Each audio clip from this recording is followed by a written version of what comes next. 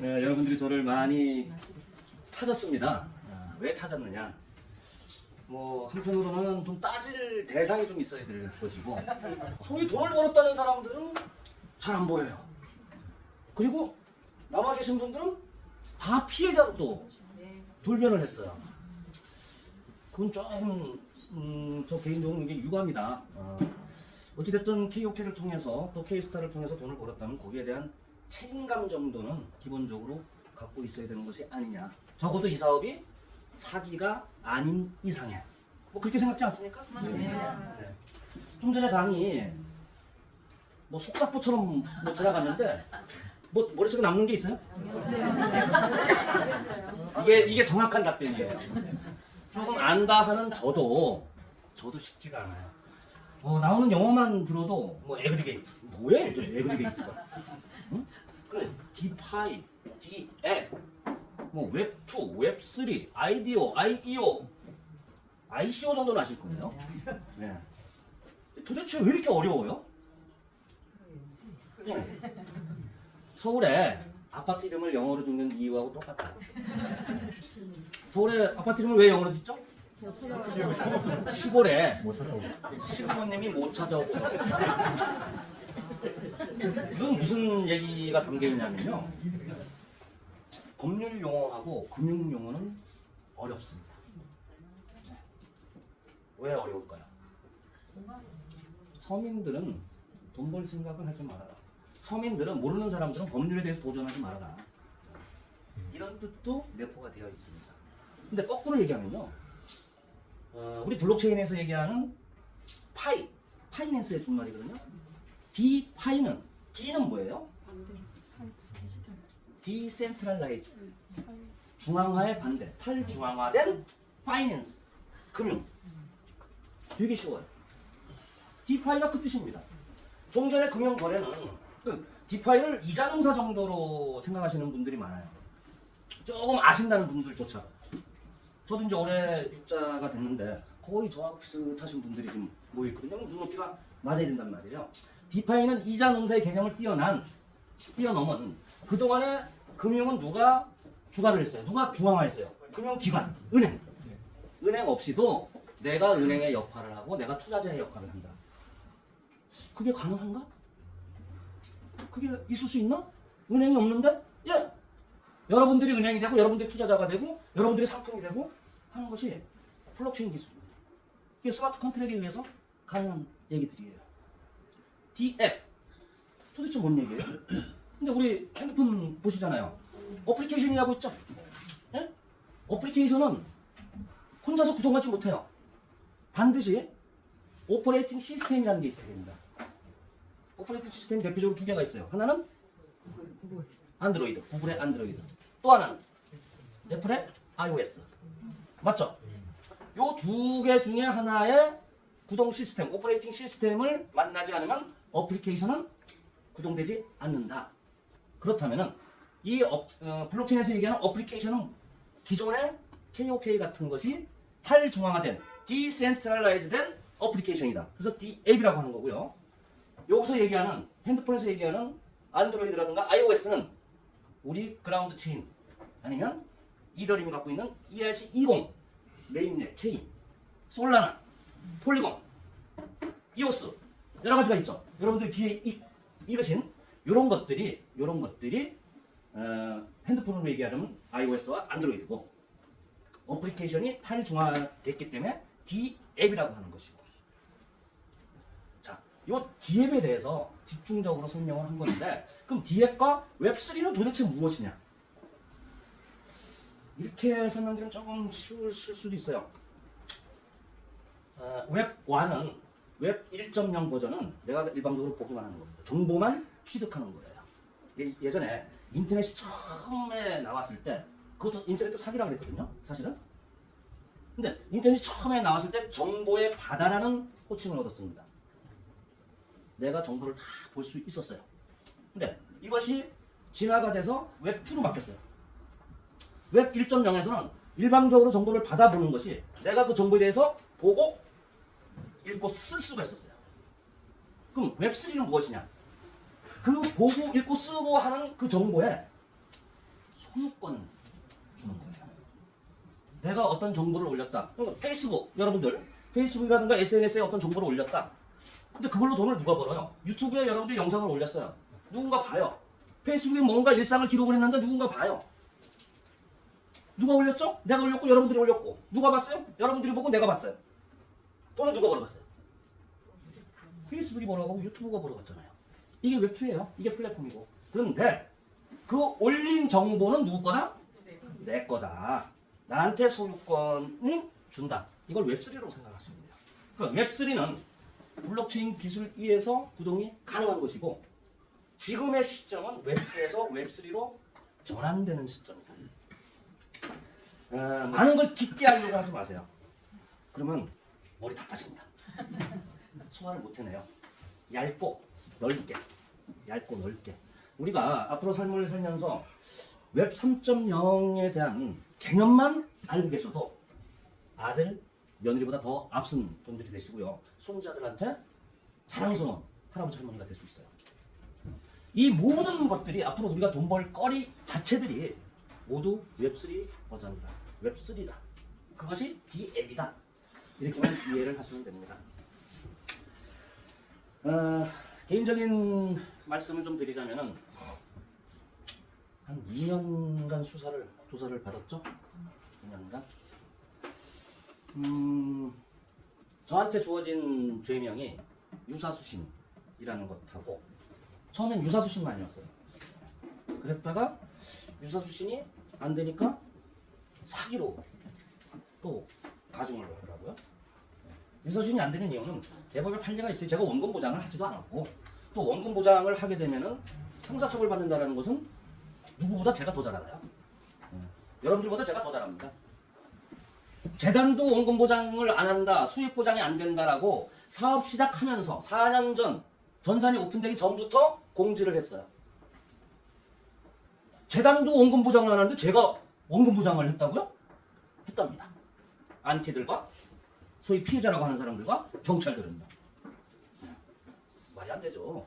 개인적으로 오는 것도 제가 다 증거자를 제출했는데 원금 보장 될 수가 없습니다. 원금 보장으로 알고 계시다면 당장 해지하십시오. 원금 보장을 하게 되면 형사처벌 받습니다.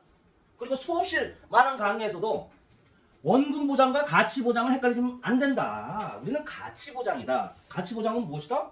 얼마를 주고 샀든 간에 플랫폼에 들어오면 그 들어온 암호화폐의 시세가 비트코인이 올라가든 내려가든 이더리움이 올라가든 내려가든 이 플랫폼 안에서는 가치가 플랫폼 가격에서 보장이 된다. 다만 인출을 하게 되면 뭘로 나온다? KOK로 나오고 KOK의 그 날의 시세에 따라서 수익을 볼 수도 있고 손실을 볼 수도 있다. 이게 KOK잖아요. 이게 이렇게 항변을 하니까 그리고 제가 사업주체가 아니에요. 사업주체가 아닌 이상에 설사 원금 보장을 했다 하더라도 유사수신의 대상이 될 수가 없습니다. 이게 대법 판례가 그런 게 있어요. 그러니까 이제 사기로 또 집어넣어요. 왜? 묻었다 이거죠. 사기는 뭐예요? 기망하고 선동했다. 예, 선동이라는 것은 어디까지가 정당한 홍보이고 어디까지가 여러분들을 가스라이팅 시켜가지고 여러분들을 현혹시키고 착오를 불러일으켜가지고 내가 개인적인 이득을 취한 것이냐. 이게 기망과 사기의 판단 기준이거든요.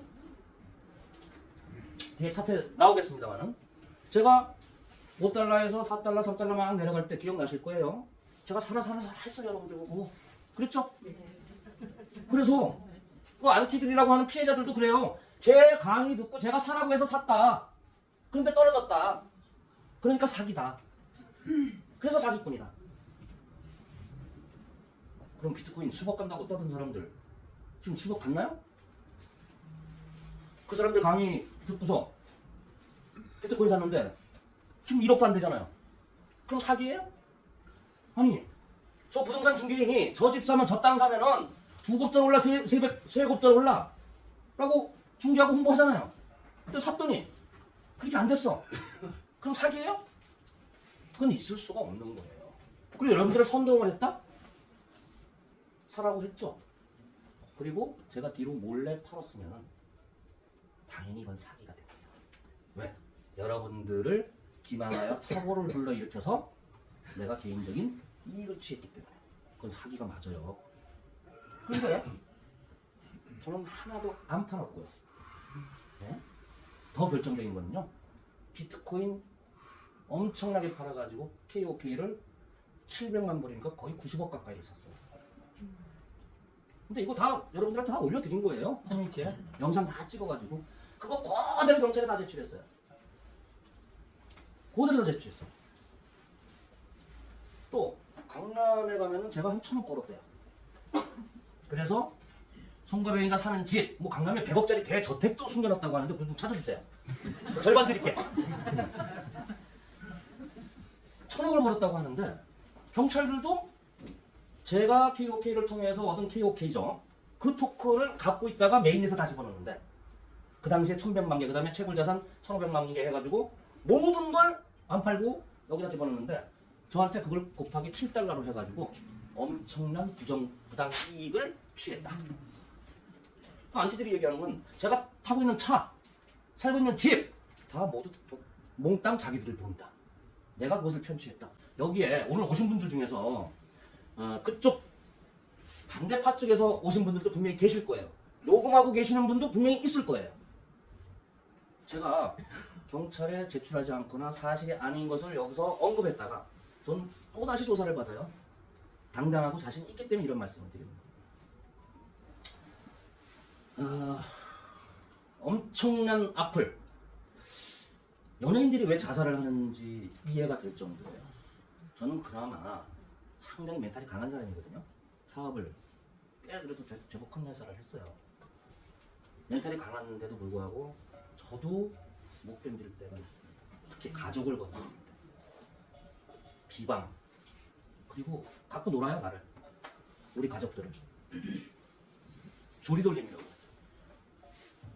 최근에는요. 저희 아들이 이제 보름 뒤에 장가를 갑니다. 모바일 청첩장을 제가 지인들한테 뿌렸더니 그게 이제 또 안티들한테 건너가서 거기서 조리 돌림 당하는데 그것도 모자라가지고 그 축하 댓글에 아주 비인간적인 글로 도배를 했어요.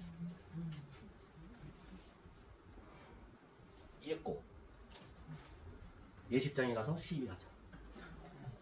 어떤 법무사가 그걸 올렸어요. 법적으로 문제 없다. 그랬더니 같이 갑시다. 전화 주세요.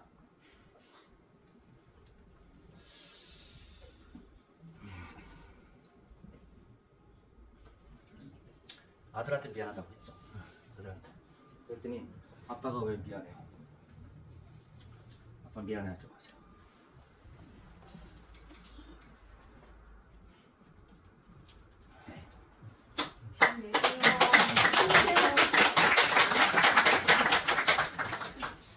자, 그럼에도 불구하고 여러분 앞에 이렇게 다시 쓰는 이유는 이제 경찰들도 2년 넘게 할 만큼 했어요. 안티들도 할 만큼 했습니다.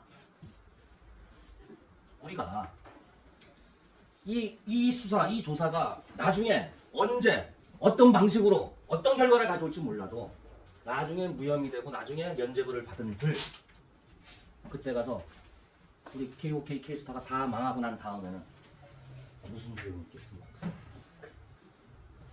회복 불가능이 듭니다. 이거 한번 볼까요? 기억나시나요? 네. 이영돈 소비자 고발. 이건 김영돈인가요? 이영돈 맞죠? 우지라면 기억나세요? 삼양라면. 매출 제가 다시 찾아보니까 1,700억을 하던 황토팩 회사더만요. 어마어마하게 성장을 했어요. 그런데 이 이영돈 PD라는 사람이 소비자 고발을 통해서 여기에 황토팩에 발암 물질이 들어갔다. 이 방송 하나로요. 이 회사가 매출이 끊기고 이분은 암이 재발이 돼서 바로 돌아가셨어요. 그 스트레스로. 나중에 어떻게 됐죠? 발암 물질 없다. 밝혀진들 결과는 어떻게 됐어? 이미 사업은 산산조각 나고 본인은 사망을 해버렸어요. 자, 우리 어렸을 때 저 기억납니다. 삼양라면이 우리나라 라면 시장에 점유율 50%가 넘었어요. 농심은 비교도 안 됐습니다. 그런데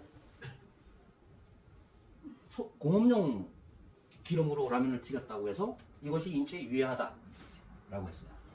농심 빼놓고 제가 네이버를 찾아보니까 5개인가 6개 라면 회사들이 다 공업용 우지로 라면을 만들었더라고요. 7년 9개월 만에 관계 없다. 무죄 판결을 받았어요. 그런데 그 7년 9개월 동안에 무슨 일이 생겼느냐? 점유율 10%도 채 안 되던 10% 내외밖에 안 되던 농심이 지금까지 시장 점유율 60%를 넘는 독보적인 1등을 하게 되고 삼양식품은 하위 신청 파산 직전까지 갔었어요. 아니, 이제 와서 그 7년 9개월 만에 무죄 판결을 받은 들 무슨 의미가 있겠습니까? 지금 저희들 탄원서 제출받아요. 이 얘기가 이 방송 편집에서 다 나갈 거거든요. 그러면 또 경찰이나 안티들은 송가명이 또 선동질하러 다닌다. 그럼에도 불구하고 그런 우려가 있음에도 불구하고 설명드리는 이유는 우리가 더 이상 지체할 시간이 없다. 이제 다시 불장이 오고 있다. 서명해야 됩니다. 이때를 절대로 놓치면 안 됩니다. 이것은 우리 KOK를 했던 K스타를 하시는 분들의 문제가 아니에요. 지금 경찰들은요 실적에 눈이 어두워져 있습니다. 2년 동안 했으면 그만하든가 아니면은 검찰로 송치해서 재판에 붙이든가 하면 되잖아요. 왜 이것도 저것도 아닌 식으로 계속 질질질질질질질 끌고서 국민의 권익을 해치고 왜 우리 기업의 KOK, K스타의 기업의 업무를 왜 방해하고 보세요. 자, 잘 안 보인다면 이게 2022년, 2021년 말쯤 될 겁니다. 이게 4월 달이에요. 4월 달에 압수수색이 시작됐어요. 사건 조사는 2월 달부터 내사가 시작됐습니다. 압수수색 시작되고 2022년 5월 달에 어떤 방송이 나갔죠? 시사 다큐멘터리 추적. 그것도 KBS입니다. 제가 1시간 동안 인터뷰를 했어요. 상당하게. 압수수색 받은 상태에서. 이게 현실입니다. 이게. 어느 누가 경찰이 계속 조사를 하고 있고 언론과 방송에서 앞다투어가지고 KOK 사기다, K스타 거짓이다 이렇게 얘기하는데 어떤 기업이 들어오고 어떤 투자자가 들어옵니까? 왜 이렇게 가격이 떨어져요? 그걸 왜 물어봐요? 몰라서 물어봐요? 사는 사람은 없고 파는 사람만 있는데 어떻게 가격이 오릅니까? 그러면 사는 사람은 왜 없어요? 이런 상황에서 언론과 방송과 안티와 경찰들이 이렇게 우리를 죽이려고 하는데 어떤 누가 들어옵니까? 이게 현실입니다. 자, 예치자산을 돌려달라고 합니다. 그래서 왜 예치자산이냐? 스테이킹이라는 용어를 썼기 때문에 예치자산이다. 그래, 스테이킹이라는 용어는요. 여러분들 네이버 주식백과를 찾아보면요. 예치하다, 블록체인상에 내가 갖고 있는 암호화폐를 예치하다 또는 고정시키다라는 뜻으로 되어 있어요. 거기서 예치하다만 딱 뺀 거죠. 예치했으니까 내 원금이 예치된 거니까 보관된 거니까 보관된 거 나한테 돌려줘. 그럴듯하지 않아요? 아니 그럴듯하잖아요. 스테이킹이라는 용어를 썼으니까. 그랬으면 좋겠어요. 저 어마어마하거든요. 어마어마합니다. 전 세계에서 제일 크죠. 스테이킹 금액이. 그러면 100번 양보를 해서 예치하는 걸로 했다고 칩시다. 내가 100달러만큼을 예치를 했어요. 예치했다고 쳐요. 인정하자고요. 그러면 이것을 해지할 때 해지금과 수익은 뭘로 준다고 돼 있어요? KOK죠. 혹시 다른 말 들으신 거 없나요? 내가 비트를 예치했어. 이더리움을 스테이킹했어. 테더를 스테이킹했어. 내가 KOK를 스테이킹했어. 그러면 내가 스테이킹한 것을 그대로 돌려준다고 돼 있나요? 아니죠. KOK로 돌려주는 걸로 알고서 약관에 클릭하고 동의하고 그렇게 설명 듣고 그렇게 왔죠.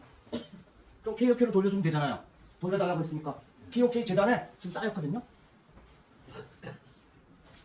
그것도 싫대요. 뭘로 돌려줘야 돼요? 달러 돌려달라고 하는가 봐. 미친놈들. 이게 억지 주장이에요. 이게 예치 자산 돌려달라. 4조 원이 증발이 됐답니다. 4조 원. 그래서 이 4조 원이 어디서 나온 얘기요? 라고 우리 KOK를 사랑하는 지지자 연대모임 대표가 전화를 했어요. KBS 추정 60분 제작 담당 PD한테. 그랬더니 대답이 걸작입니다. 경찰과 피해자들의 공식 브리핑에서 들었다. 공식 브리핑 없었거든요. 그러니까 경찰이 흘려준 거예요. 그런데 이 4조 원을 어디서 났을까? 어디서 나온 숫자일까? 경찰이 흘려줬어도 허무맹랑한 기준으로 흘려주지는 않았을 텐데. 근데 제 압수수색 영장을 보면요, 나와 있어요. 비트가 몇 개가 입금이 되고, 이더리움이 몇 개가 입금이 되고, KOK가 몇 개가 입금이 되고, USDT가 몇 개가 입금이 됐다는 거를 나와 있어요. USDT는 달러와 패딩돼 있으니까 그거는 금액이 바로 나오죠. 그걸 아무리 계산을 해도 4조 원이 안 나와. 근데 이렇게 계산하니까 얼추 비슷해. KOK가 수억 개가 들어갔거든요. 제일 많았죠. 우리가 비트코인 이더리움을 받다가 교환 기능이 없어지면서 KOK 상장되고서 KOK가 입금되기 시작했어요. 그 다음부터는 비트, 이더, 테더 거의 안 들어왔어요. 여러분들이 왜 비트, 이더, 테더를 넣어요? 거의 항상 시장 가격이 낮았거든요. 플랫폼 가격보다. 그러면 비트, 이더, 테더 넣는 것보다 여러분들이 KOK 사서 넣는 게 이익이잖아요. 저도 그렇게 가르쳤고 여러분들도 그렇게 배웠고 여러분들도 누구한테 그렇게 전달을 했어요. 그러니까 거의 KOK로 들어갔단 말이에요. KOK를 7달러로 계산을 하고 비트코인을 한 5천만 원, 6천만 원으로 계산을 하고 이더리움을 한 500만 원으로 계산을 하고 뭐 이렇게 계산을 하니까 한 4조 원 되더라고요. 뭐 이런 계산법이 있어요. 이게 피해 금액이다? 저는 인정할 수 없고 말도 안 되는 거죠. 우리는 폰지 사기가 될 수가 없어요. 이건 이미 2020년이죠. 강남경찰서 조사 때도 나왔었어요. 그때도 저 조사 받았었거든요. 재단도 조사 받았고요. 그때 명명백백하게 폰지 사기가 될 수 없는 이유에 대해서 강남경찰서에서 다 풀이를 해줬어요. 여러분들 기사로 보신 거 똑같아요. 무슨 얘기냐? 우리 사업이 이거는 사기를 구별하는 방법 중에 하나일 수도 있어요. 만일에 여러분들이 어떤 코인 사업에 어떤 블록체인 프로젝트에 투자를 하러 갔는데 비트로 주거나 이더로 주거나 테더로 준다. 보상을. 사기일 가능성이 100%라고 하면 안 되죠. 99.99%입니다. 만일에 비트나 이더나 테더로 준다라고 했다면 그 보상을 줄 만큼의 영업이익이 존재해야 돼요. 존재하지 않는다면 뒤에 사람 들어오는 걸로 앞에 사람 보상을 돌려막게 해주는 겁니다. 역설적으로 거꾸로 얘기하자면 우리는 비트, 이더, 테더, KOK로 들어와도 보상을 뭘로 줘요? KOK를 준다 그랬죠? 그렇게 알고 들어오셨죠? KOK는 이미 발행해 놓은 거예요. 뒤에 사람이 들어오든 비트가 들어오든 안 들어오든 테더가 들어오든 안 들어오든 관계없이 이미 발행해 놓은 토큰을 규정에 따라 줄 뿐입니다. 그러니까 후순위자의 참여와 전혀 무관하다. 이게 폰지 사기가 아닌 겁니다. 논리는 간단해요. 자, 피해자와 가해자.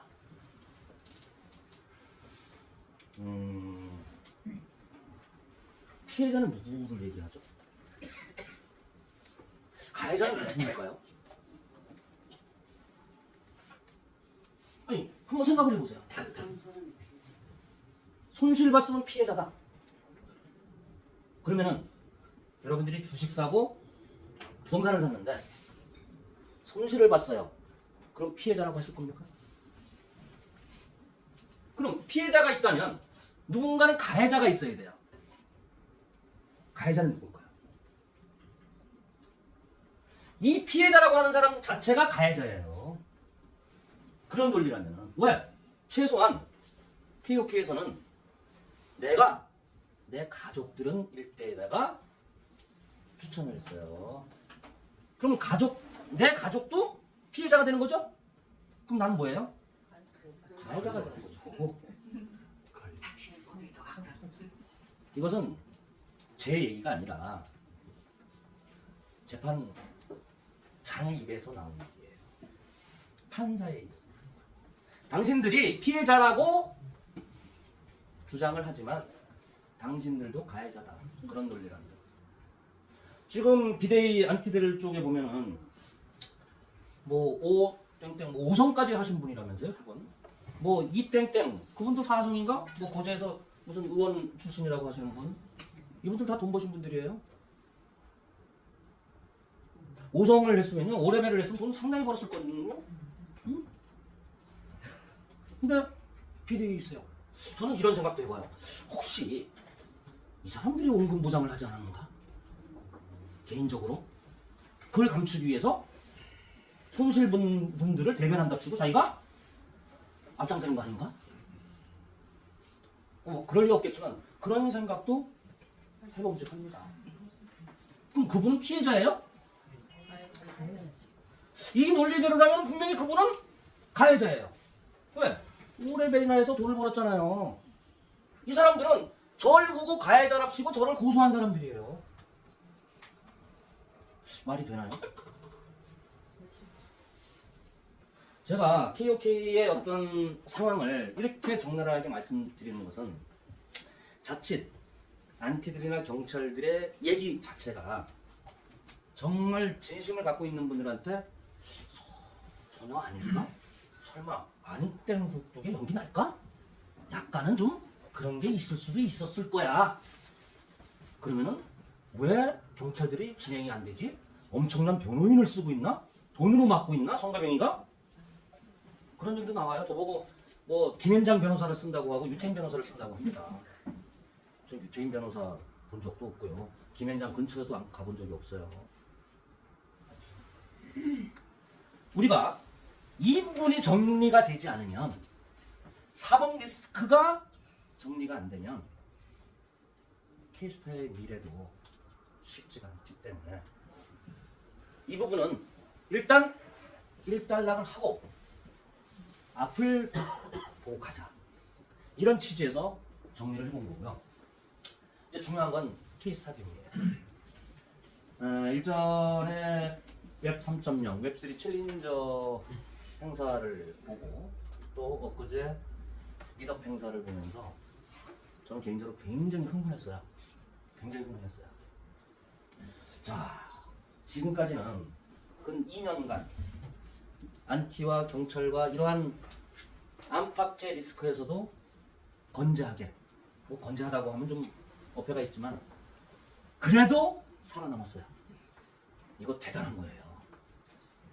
지금까지 블록체인 역사상 특히 한국에서요, 신문에 한 번 나고 방송에 한 번 나고, 아니 경찰이 압수수색 들어갔다는 소문만 들어가면은 바로 끝났습니다. 단 한 군데가 살아남지 못했어요. 건실한 기업, 정상적인 기업도 경찰이 조사가 들어가고 언론에서 부정적인 방송이 한 번 나오면 그대로 문 닫았습니다. 그러함에도 불구하고 KOK는 K스타로 변화하고 진화하고 있다. 2년간 그럼 우리는 무엇을 했느냐? 엄청난 일을 해놨어요. 여러분들이 느끼시는 체감과 저의 체감, 온도 차이가 좀 있습니다. 블록체인 프로젝트가, 블록체인 산업이 하루아침에 돈 넣고 돈 먹기, 돌려먹기가 아닌 이상에 그렇게 체감되는 수익이 나올 수가 없어요. 왜? 아무도 안 가본 길을 우리가 가는 거거든요. 우리는 남의 것을 카피한 게 아니에요. 기존에 나왔던 방식, D4S 방식의 변화를 통해서 세계 최초로 D4I 방식을 한 거예요. 이 D4I 방식을 한마디로 얘기하자면요, 그동안 기관이 갖고 갔던 투자 이익을 우리 개인이들한테 돌려주겠다. 이게 도대체 무슨 얘기야? 좀 알아듣게 쉽게 설명해봐. 예. 이제 웹3 정도의 개념은 아신다고 보고 어떤 프로젝트가 생겼어요. 그것이 KOK라고 치죠. KOK라고 치죠. 과거에는 ICO를 했죠. 그리고 이제 우리 IEO는 거래소를 통해서 상장하는 게 되는 거고, IDO는 되게 쉬워요. IDO는 덱스예요. 탈중앙 거래소에 상장하는 거예요. 예. ICO 다 아시다시피 ICO 때 소위 말하는 첫 번째 투자 대상이 누구냐면 기관이에요. 그걸 시드 라운드라고 합니다. 상장 예정 가격이 1불이라면은 거의 절반 아래로 살 거예요. 뭐 블록딜이나 해가지고 많은 양을 기관이 사죠. 왜? 그래야만이 그 프로젝트 개발팀들이 개발 여력이 생기거든요. 개발을 해야 되니까, 개발 자금을 수여를 받아야 되니까. 그리고 프라이빗 세일을 하고 프리 세일을 하고 그다음에 ICO 한 다음에 메인 세일을 합니다.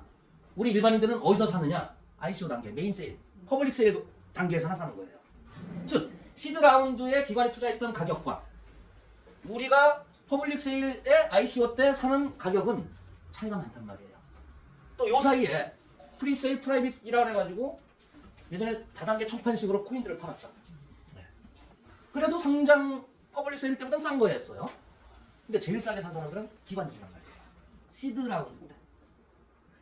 그러니까 이것이 상장이 되면은 기관들은 엄청난 이익을 갖고 털고 나갑니다. 그래서 상장한 다음에 뚝 떨어지는 이유 중에 하나가 기관들이 무책임하게 자기네 이익 실현을 하고 털고 나가기 때문이에요. 근데 이것을 개인한테도 이것은요 시장에서 엄청난 반응을 불러일으키고 있습니다. 왜? 저는 거의 매일같이 웹3 프로젝트 개발팀들을 만나는 거예요. 2년 동안 일 안 한 게 아닙니다. 계속 프로젝트 팀들을 만나거든요. 우리 메인넷에 들어와 달라. 니네 필요한 건 뭐야? 첫 번째 돈. 네, 개발 자금 필요하죠. 다 스타트업 기업들이에요. 두 번째, 돈은 또 여하의 투자를 받는다고 쳐도 개발을 해놓으면 누군가는 시작 시점에서 충성 유저가 돼줘야 돼. 누군가 써줘야 되잖아요. 그러니까 이 사람들이 말하는 것은 투자금과 유저예요. 근데 우리는 뭐가 있죠? 투자금과 유저가 같이 있어요. 세계 최초 유일의 사례입니다. 이해관계가 딱 들어맞는 거예요. 이해관계. 많은 프로젝트들을 운영사에 소개를 했어요. 제가 한 10개 만나면은 저도 이제 눈높이가 좀 높아져가지고 보면 알아요. 이게 생태계가 가능한지 아닌지. 조금만 더 개발하면 아주 훌륭한 프로젝트로 발전시킬 수 있다는 그런 가능성 정도는 압니다. 뭐 우리 운영사인 크립티드 정도까지는 못하더라도 거기서 제 손에서 한 절반 정도 걸러지죠.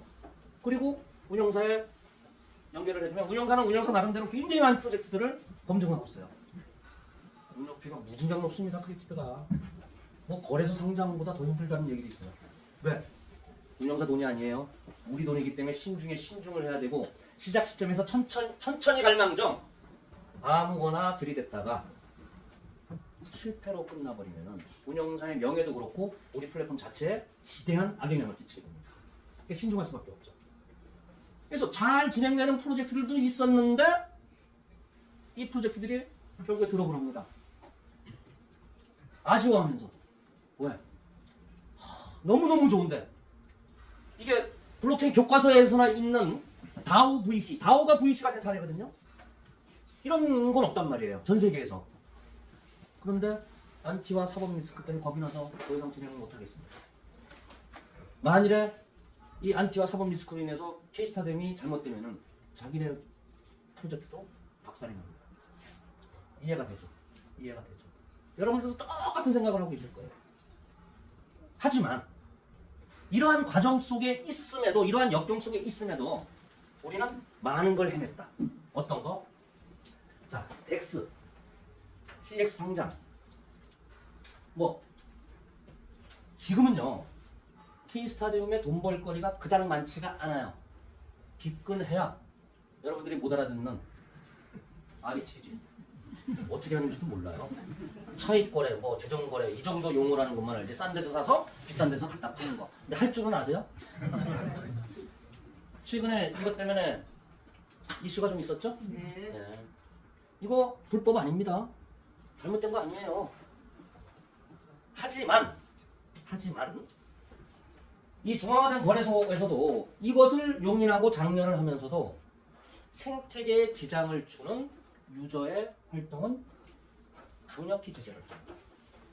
생태계 활성화를 위해서 아비트리지를 허용을 해줬는데 전체의 손해를 전제로 해서 개인의 일부분의 이익을 가져간다는 것은 생태계를 위한 게 아니죠. 그러니까 결과적으로 그들이 했던 행동들은 전체 생태계 입장에서 보면은 잘못된 것이다. 개인들은 나는 죄가 없다. 허용된 건 했지 않느냐. 더군다나 말하는 대답이 웃겨요. 자꾸 당신들이 그런 행위를 하면은 케이스타 가격이 계속 떨어집니다. 신경 안 쓴다? 케이스타 가격 떨어지는 거 신경 안 쓴다. 왜? 그들은 신경을 안 쓰죠. 왜? 계속 이거 하면 되니까. 10대 1로 교환하던 거 100대 1로 교환해버리면 그 말이니까. 그래도 그들은 돈을 버니까. 그 사람들한테 우리의 시장은요, 우리의 아테네 수합은요, 물반 고기반이었어요. 우린 뭐였다? 고기였다.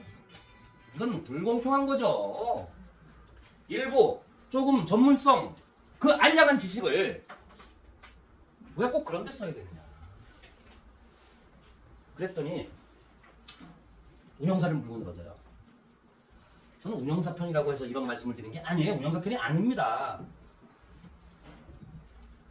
운영사는 운영을 위해서 토큰을 팔았어요. 코인을 팔았어요. 네. 이분들은 아비트레이지가 허용된 거니까 허용된 걸 자기가 한 것뿐이에요. 네. 둘 다 정당해요. 둘 다 정당합니다. 그런데 운영사가 케이스타를 팔고 교환하고 했던 배경은 뭐죠?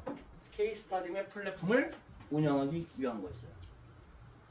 그것도 손실을 줄이기 위해서, 이익을 남기기 위해서는 아니라 손실을 줄이기 위해서. 그러면 이들이 했던 행동들은 무엇이냐? 개인의 이익을 위해서. 여기서 차이가 나는 거예요. 그런데 이 아비트리지가 이제는 이번에 이제 제도 개선이 됐죠. 안 될 것 같아요. 대신 애그리게이터 서비스로 이제 넘어가게 됩니다. 자, 이 덱스 지금 우리는 그림의 떡이에요. 디파이라고 하는 거, 아테네 수학에서의 일드 파밍, 이자 농사라고 하는 거, 그림의 떡입니다. 그런데 여기 없나요? 애그리게이트가 없나요? 빠지네요. 애그리게이트 서비스. 아까 우리 김정현 운영장께서 자동 수압 기능 이런 걸 설명했죠. 딜라이트.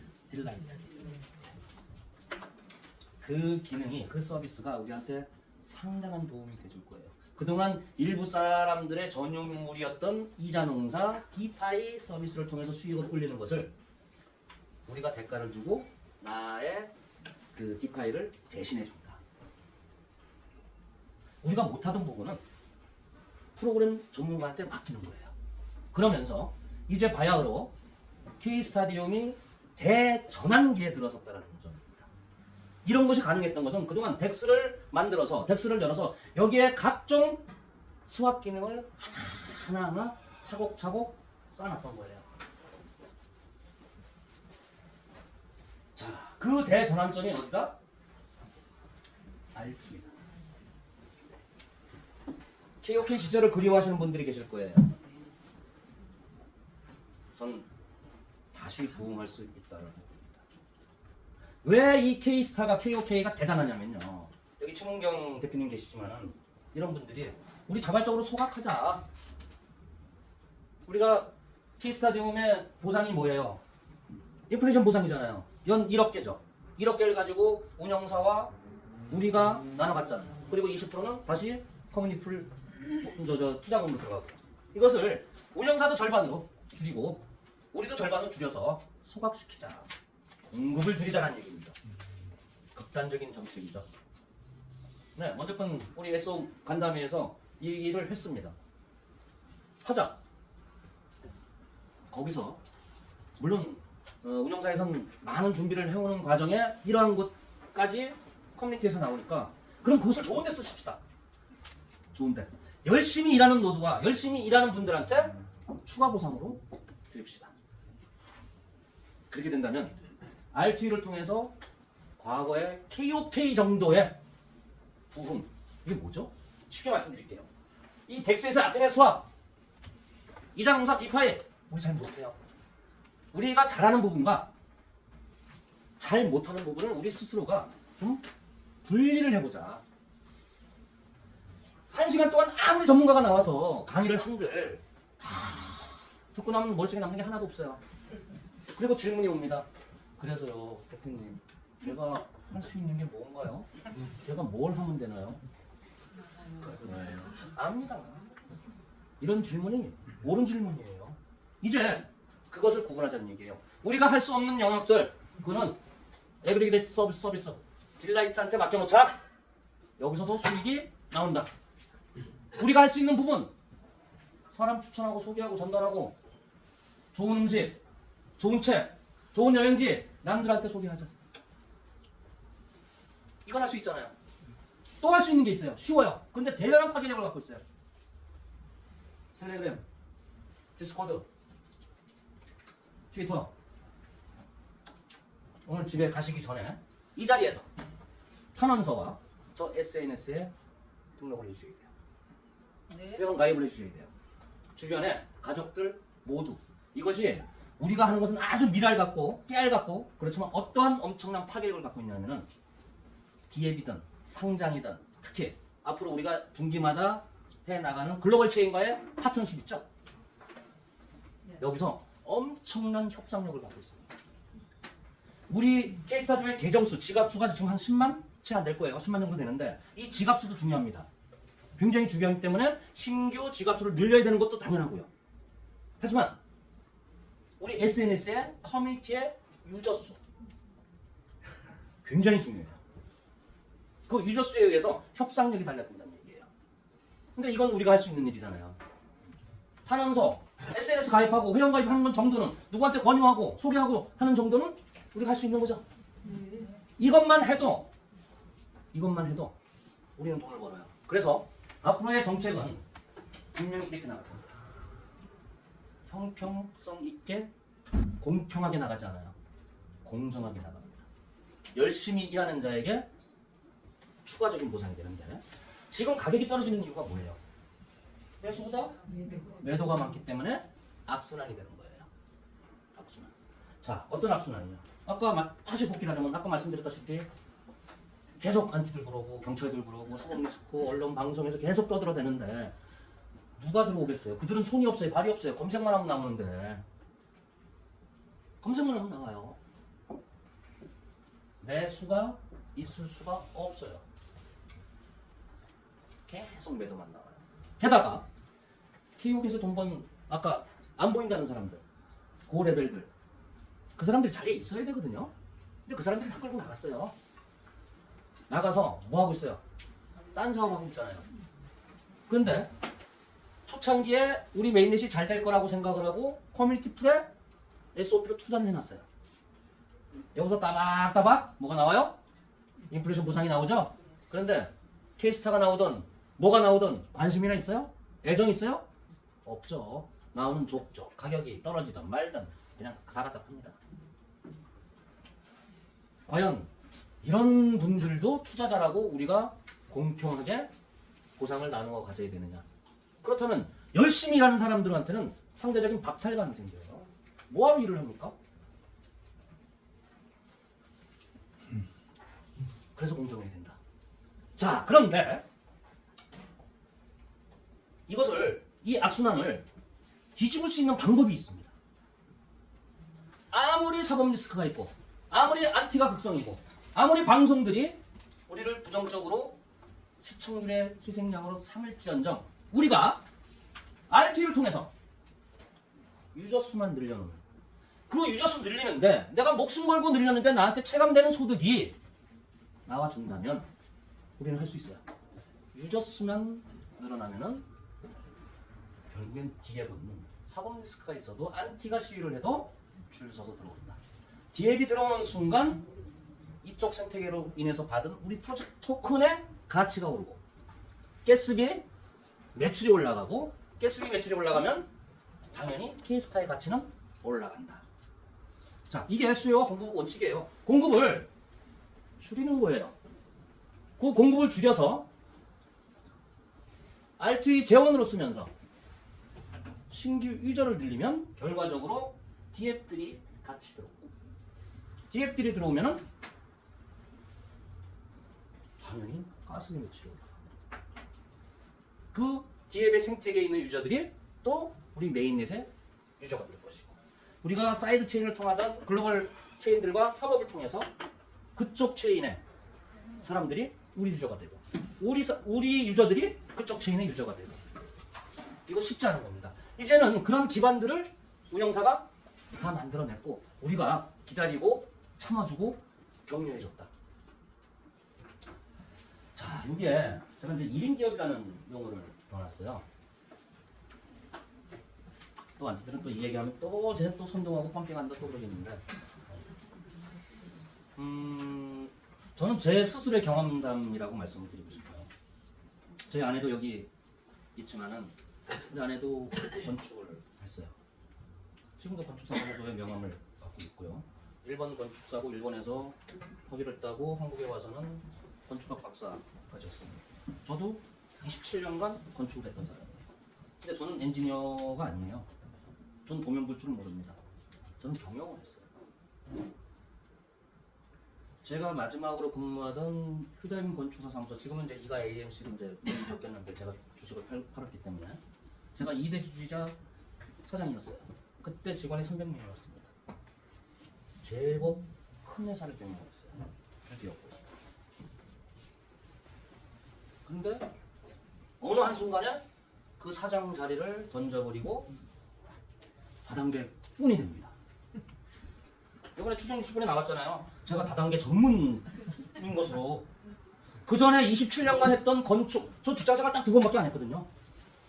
그리고 직업을 바꿔본 적이 없어요. 건축 설계 감리회사. 이게 하나였어요. 제 인생이 있어서. 그거 싹 없애버리고 고작 2년 했던 네트워크 마케팅 비즈니스를 크게 부각을 해서 송가벽이는 전문적인 다단계 사기꾼이다. 이렇게 편집을 했더라고요. 근데 2년 했어요. 2년. 왜? 바로 1인 기업이 가능하기 때문에.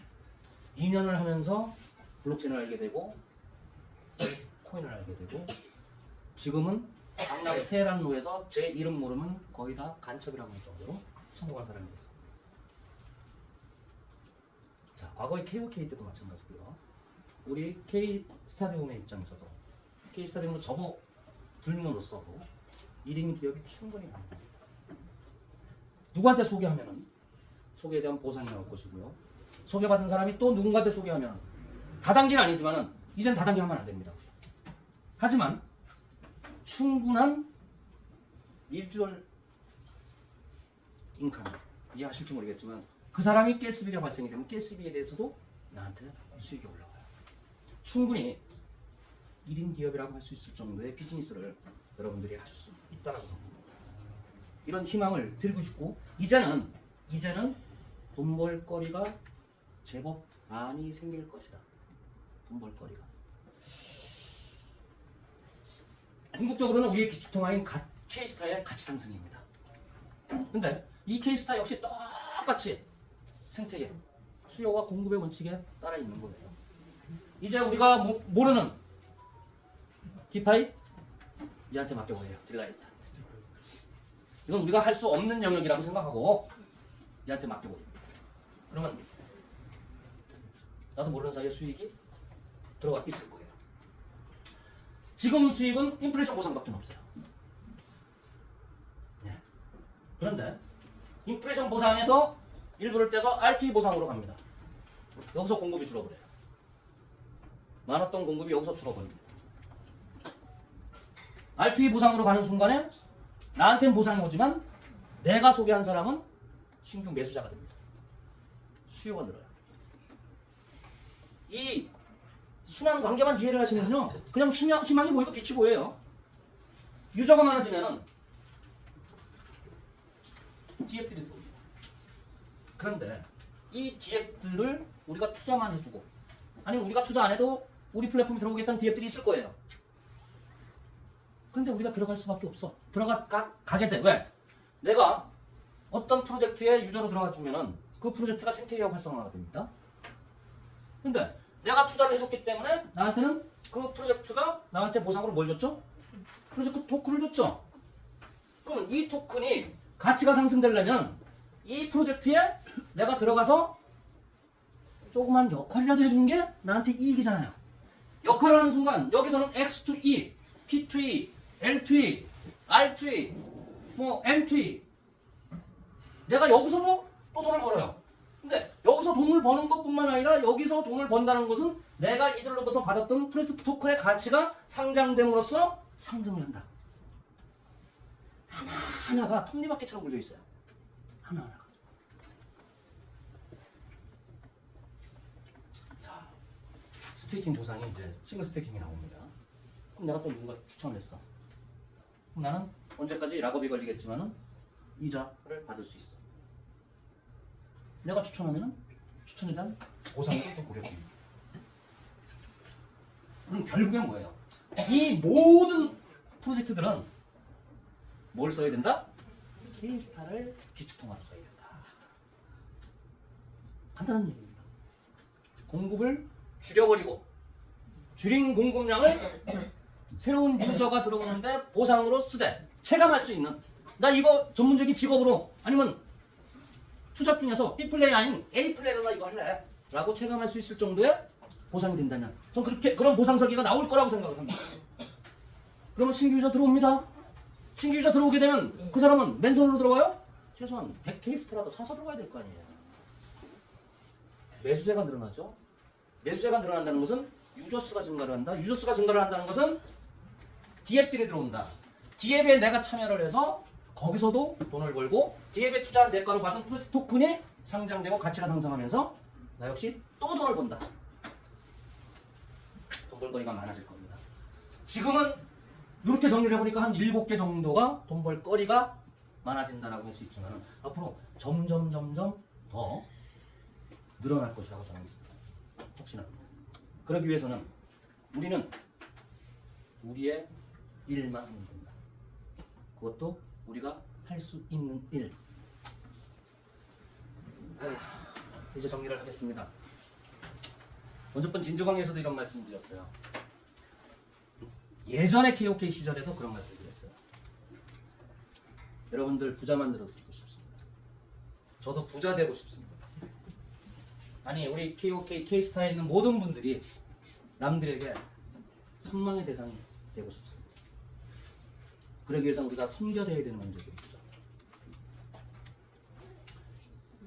우리가 할 수 없는 영역 제껴버리고 우리가 할 수 있는 영역, 우리의 자주권 사수를 위해서 탄원서라든가 서명을 한다는 건 우리가 할 수 있는 영역이고, 우리가 SNS에 가입을 해서 우리 K-스타디움의 유저 파워, 커뮤니티 파워를 보여주는 것은 우리가 능히 할 수 있는 일일 것이고, RT가 시작되면은 내가 소개하고 전달하는 것은 내가 이것만큼은 누구보다 잘할 수 있어 라고 할 수 있는 부분들, 잘할 수 있는 부분 요 한 두 개 정도만 우리가 하게 되면은 우리 가족 전체가 아니면 내 주변 전체가 모두가 행복해질 수 있더라고 저는 확신해 또 확신합니다. 하루빨리 여러분들과 그런 날이 오기를 기대해 보겠습니다. 감사합니다.